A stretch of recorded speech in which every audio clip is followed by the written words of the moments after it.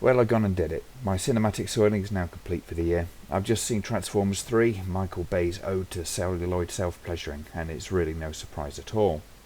Just to deflect a few of the obvious criticisms I'm going to get of this review, let's just answer a couple of the standard troll questions. First of all, why did I go to see a film that I was certain I wasn't going to like? Well, I'm a critic, it's what I do, and you got to take the rough with the smooth, and occasionally one can be surprised, as I was with Green Lantern. Second, why criticise a popcorn movie about robots with guns? Isn't that taking them too seriously? You're not supposed to think about these kind of films. Well, just because a film is a popcorn film doesn't mean it has to be dumber than a lobotomised prawn. If a film can only be enjoyed on an entirely passive level, then it's lazy, and if the slightest thought about what's going on causes the film to become an almost unwatchable mess, then it's a bad film. While it's fine if you want to enjoy it on that level, don't criticise me for pointing out the shortfalls in a film that the director clearly doesn't give a shit about, at least enough to put some thought into. Thirdly, why kick a dead donkey like this when everybody else will do the job for me? Well, why the fuck not? It deserves it. Right, justification done. Let's talk about Transformers 3. First off, I'm going to admit that Michael Bay films tend to fill me with dread. They seem to find new and uninteresting ways to disappoint over and above the lowest expectations, on a level that is way more consistent than the content of the films themselves. Transformers 3 opens up with some bastardization of history by trying to convince us that the moon landings were in fact our first contact with the robots. JFK makes a fudgy appearance, and I swear I was actually dreading the low taste debate to result in there being an appearance of the Zapruder footage as part of some alien conspiracy. There's a barrage of stolen cameos. I mean, seriously, I wonder what these historic figures would have made of this, though in one case the real deal turns up in the form of Buzz Aldrin. I was rather disappointed with him appearing, considering his utter disdain for conspiracies on the moon landing. To appear in a movie that proposes, albeit in a fictional context, that moon landing was just another conspiracy, just seems rather sad.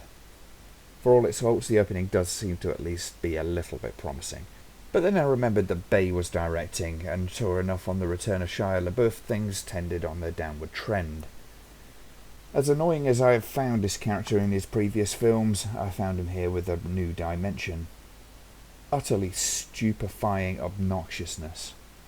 Sam is an utter ebolic discharge of a thinly written character in this film. He's utterly unlikable, ungrateful, he's a whiny looking tic-tac that repels with every frame of celluloid that his detestable presence graces.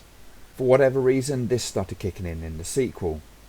He is utterly horrible to every character he talks to, including Bumblebee, and most amazingly to his super hot girlfriend, who, for reasons that are so far beyond me that the distance is measurable in light years, is devoted to this whiny bitchy petty little arse. It's the constant moaning, the petty jealousy, the lack of gratitude, and the demands of entitlement that just make him a deeply repellent character. And to be clear, I don't think this is all down to LaBeouf. I think it's how the character is written as well. At this point, we're also introduced to the replacement for the real-life ingrate Megan Fox in the form of Rosie Huntington-Whiteley, whose character Carly seems to have the most pronounced self-control, or possibly pity, in not dumping Sam's sorry backside the second he opens his worthless mouth. Rosie Huntington-Whiteley does her best, I'm sure, and sometimes is quite likeable, but she's hampered by two things: being lumbered with a shakily written character and sadly not being a very good actor. I don't mean this to be mean, I honestly don't. She seems to have at least a little potential. Perhaps with more experience, and if she's given a good director to work with, something may come of it. But here, it's obvious that acting is something new to her. It's obvious why she was chosen by Bay, from the first shot she appears in, which borders on the gynecological with the through-the-leg shot that leaves very little to the imagination. It's pretty much vintage Bay here. The other stars don't fare well here either. Ken Jeong of Hangover fame plays an entirely bizarre character, Jerry Wang. This character feels like Bay had solid control of the writing at this point. The humour is painful and deeply juvenile in a way that makes the Hangover seem sophisticated, with the character ending up in what seems to be a rather surreal take on cottaging. I honestly couldn't say if this character in this scene was as homophobic as it seemed at the time, but it certainly felt rather like a dumb queer joke delivered by a meat-headed jock. Then there's John Turturro, who makes his return, and the character is just as dumb and just as obnoxious, though even more eccentric than previously seen. That is not good, and incredibly Bay chooses to give this bizarre character a line that's supposed to have some gravitas. It's the line you see in the trailer about where we all were when they took over the world, and it doesn't sit so well with such a deeply weird and grotesque character. The character delivering the line is impossible to take seriously.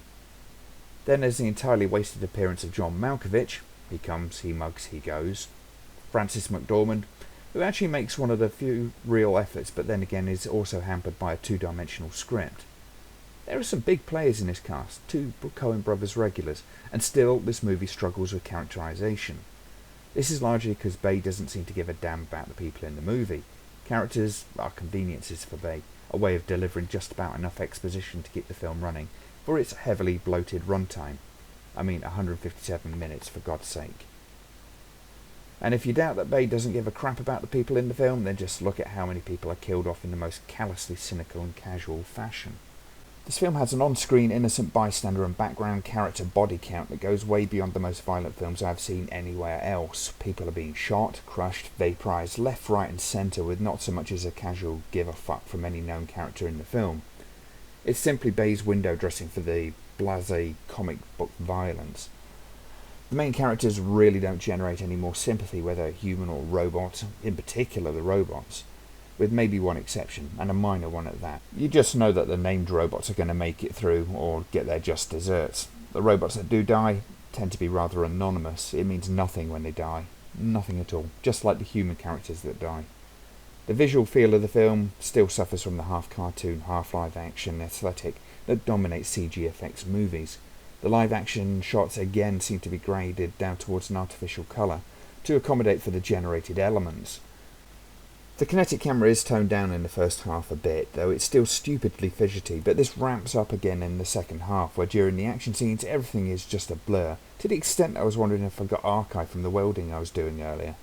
The robots have so many moving parts and fiddly detailing that when they're in full fight or transformation scenes, they just become a big confusing mess to look at, especially when there's so many of them that look so much alike.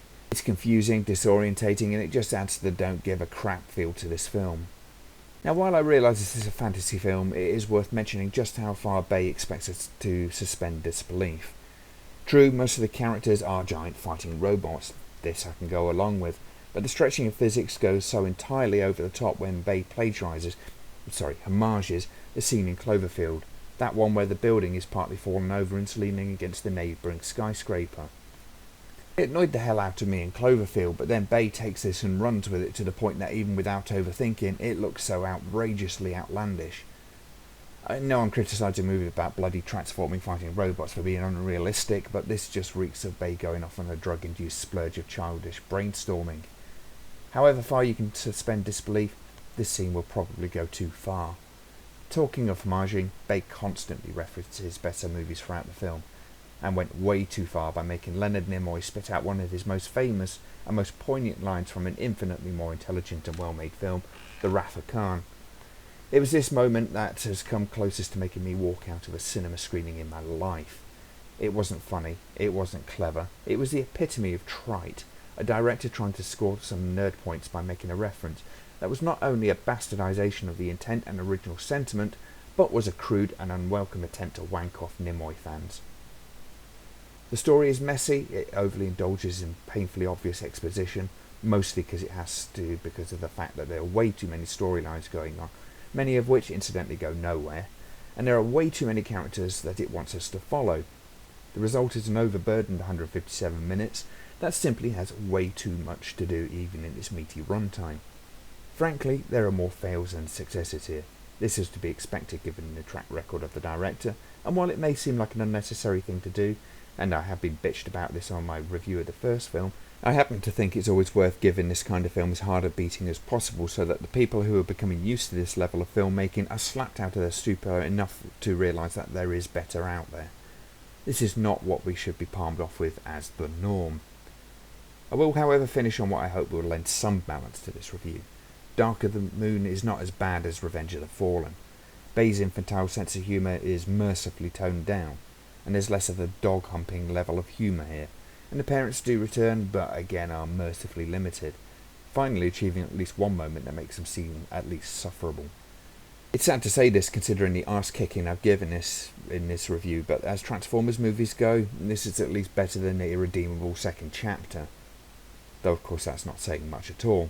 It's not the most offensive film I've seen, but it is tiresome, and surprisingly boring for a film with so much action.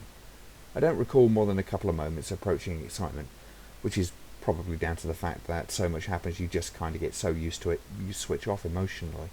The action is just so full on and dense, and everything's turned up way too high for far too long, and the impact is just lost. There's no punctuation to the proceedings, and Bay has to go to outrageous extremes, becoming increasingly loud, with far more explosions, with more noise and less space in which to appreciate them. It all just blurs together into a meaningless grey cacophony. And when it comes down to it, if you don't care about the consequences such as the characters being killed off, then even with all this violence, the tension just doesn't exist. My overall opinion is that it's just another example of the contempt mainstream Hollywood, and particularly Michael Bay, has for filmmaking of quality. For the multi-millions that this film cost, there could have been several high-quality films made. Transformers 3 is, in no uncertain terms, cinematic masturbation. It's a wet dream of a director to whom subtlety is frankly a dirty word, and who is capable, it seems, only of the most base kind of filmmaking. If you've seen this film and enjoyed it, then good luck to you. Some in the cinema behind me seem to be finding the most baffling things funny, and I wondered if they were laughing at or with the film. See it if you must in 2D, as the long runtime and mad camera work will give you a migraine on top of the concussion that the overwrought soundtrack base will commit upon you.